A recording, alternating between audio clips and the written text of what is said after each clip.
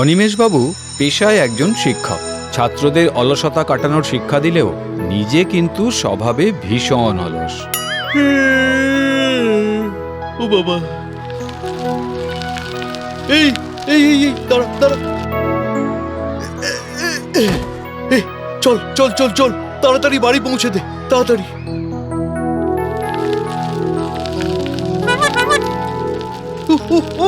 থাম থাম, এই থাম, ভাজা ব্যথা করে দিলি। বাবু, ভাড়ার টাকাটা। আমার মতন মাস্টার মশাই তোর ভ্যানে উঠেছে, তোর কোথায় গর্ব করা উচিত, তা না করে তুই আবার ভাড়ার টাকা চাইছিস। মানুষটা শুধু অলসই নয়, কিপটেও বেজায়, একা থাকে। তাই বাড়ির বাগানের আগাছা পরিষ্কার করা, ঘর মোছা, বাজার করার কথা মাথায় এলেই পিঠ টনটন করে ওঠে। কিপটেমির জন্য লোকও রাখবেন না। এইরকমই চলছিল, শুধু টাকা জমিয়ে জমিয়ে।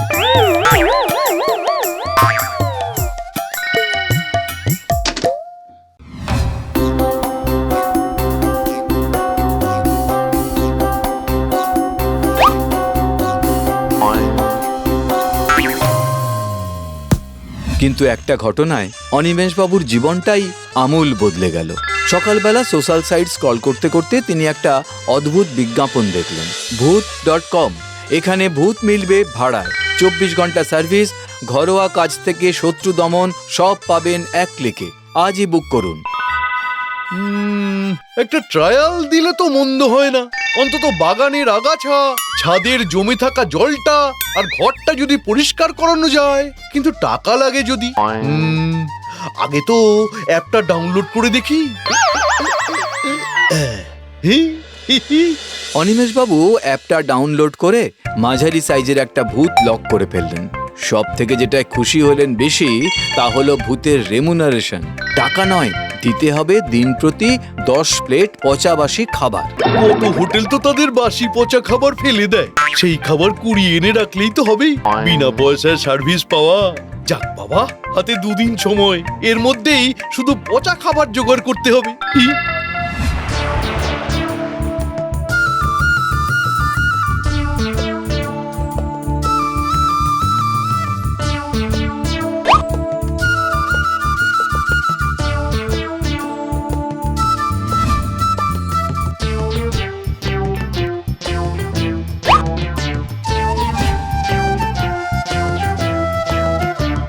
খাবার জোগাড়ের পরপরই ভূত.com থেকে ভূত বুক করে ফেললেন।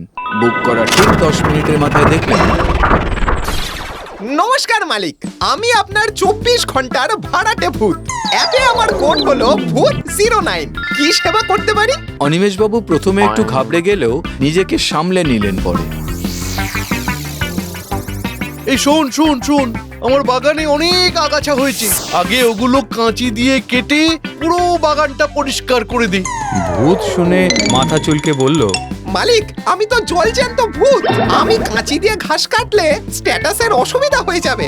দাঁড়ান, একটু ভূতুড়ে ক্ষমতা লাগাই। অনিমেষবাবু কিছু বলার আগেই ভূত 2 হাত লম্বা করে ঘোরাল। শুধু ক্যাকটাসই নয়, সেগুলো আবার কথা বলতে শুরু করেছে। রাস্তার পাশ দিয়ে কেউ গেলেই চিৎকার করে বলছে, ও দাদা দাদা, জানেন তো অনিমেষটা কিপটেমি করে লকারে কত টাকা জমিয়েছে? এবারে একবার ডাকাতি না হলেই নয়। এই এই, আরে কি হচ্ছেটা কি? ও দাদা দাদা, জানেন অনিমেষটা মহা আলসে, উটোটিও নাড়ে না। ও দাদা, হতচ্ছাড়া ভূত, কি করলি এটা? আরে এই ক্যাকটাস যে নিজের কাঁটা আমাকেই ফোটাচ্ছে। আমি একজন শিক্ষক মানুষ, এসব কথা লোক জানাজানি হলে আমার মান সম্মান থাকবে? হায় হায় হায় হায় হায়। Sorry sorry sorry sorry, very sorry. ভূতটা সরি বললেও মুড কিন্তু বিরক্তিকরই ছিল অনিমেষবাবুর। এবার ভালো মন্দ না খেলেই নয়। দুপুরবেলা অনিমেষবাবু ভাবলেন ভূতটাকে দিয়ে রান্না করাবেন, তাই নির্দেশ দিলেন, শোন, আজকে ভালো করে কষা মাংস আর ভাত রাঁধ। ওহ, কতদিন ভালো মন্দ খাইনি। Okay sir. অনিমেষবাবু যখন খাবার অপেক্ষায়, ভূতটা 1 মিনিটের মধ্যে টেবিলে খাবার সাজিয়ে দিল, ভাত আর কষা মাংস। অপূর্ব, কতদিন বাদে মাংস।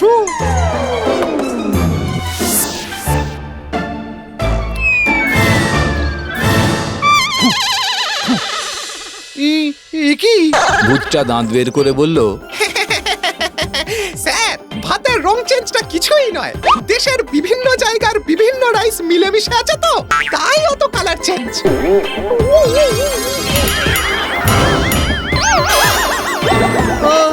আর আর কষা মাংসে কি আছে? মাংসের স্পেশাল মশলা তো ভূতেদের পিষে পিষেই হয়। আপনার কষা মাংসের মশলাতেও নানান রকম ভূত পেশাই করা আছে, তাদের আত্মাই জেগে জেগে উঠছে। এই এক গ্রাস খেলে আপনার পূর্বপুরুষের সাথে 5 মিনিটের জন্য দেখা করার গ্যারান্টি দিচ্ছি। আমার খাওয়ার শখ মিটে গেছে। তুই এক কাজ কর, বরং বাজার থেকে কিছু ফল নিয়ে আয়, ফল খেয়েই না হয় থাকি এখন। এই শোন শোন শোন, মনে রাখবি বাজারে মানুষ থাকে, অদৃশ্য হয়ে যাবি যাতে কেউ না দেখতে পায়, বুঝলি?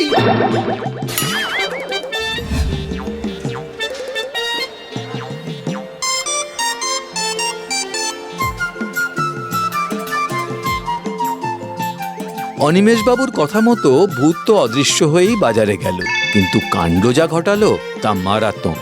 মাছের বাজারের পাশ দিয়ে যেতেই পচা মাছের গন্ধে তরতাজা হয়ে গেল ভূতের মন, আর নিজেকে আটকাতে পারল না সে। ফল কেনার কথা ভুলেই গেল। এইরকম শয়ে শয়ে মাছ ভাসলো আর ভ্যানিশ হলো। বাজারে হুলুস্থুলু কাণ্ড পড়ে গেল। ওদিকে লোকের মুখে মুখে অনিমেষ বাবুর কানে খবরটা পৌঁছেও গেল।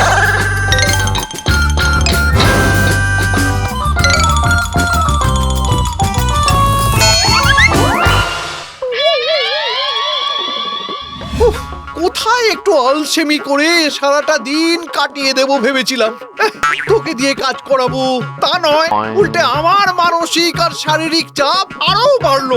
অনিমেষ বাবু যখন ভূতকে বকাঝকায় ব্যস্ত, পাড়ার ইয়ং ছেলেরা ক্রিকেট খেলতে গিয়ে জানলার কাঁচটা দিল ভেঙে। শান্তি নেই, কিছুতেই শান্তি নেই। এই এই এই এই তুই যা যা, ওদের এমন ভয় দেখিয়ে আয় যাতে এই তল্লাটে না আর খেলতে পারে। ভূত তো ওদের ভয় দেখাতে গেল ঠিকই, কিন্তু সে যে আবার খেলাধুলায় একটু বেশি উৎসাহী। ইয়াং ছেলেদের সামনে গিয়ে ভয় দেখানোর বদলে যা করলো, তাতে অনিমেষ বাবুর চক্ষু চড়ক গাছ। এরপর ভূতটা নিজেই নিজের মুন্ডু নিয়ে খেলতে শুরু করে দিল। নিজেও হাসছে, মুন্ডুও হাসছে। ওদিকে তা দেখে ছেলেদের তো ভয়ে হার্ট ফেল হওয়ার দশা। তারা দৌড় মারল। অনিমেষ বাবু কি করবেন ভেবে আর কুল কিনারাও পেলেন না।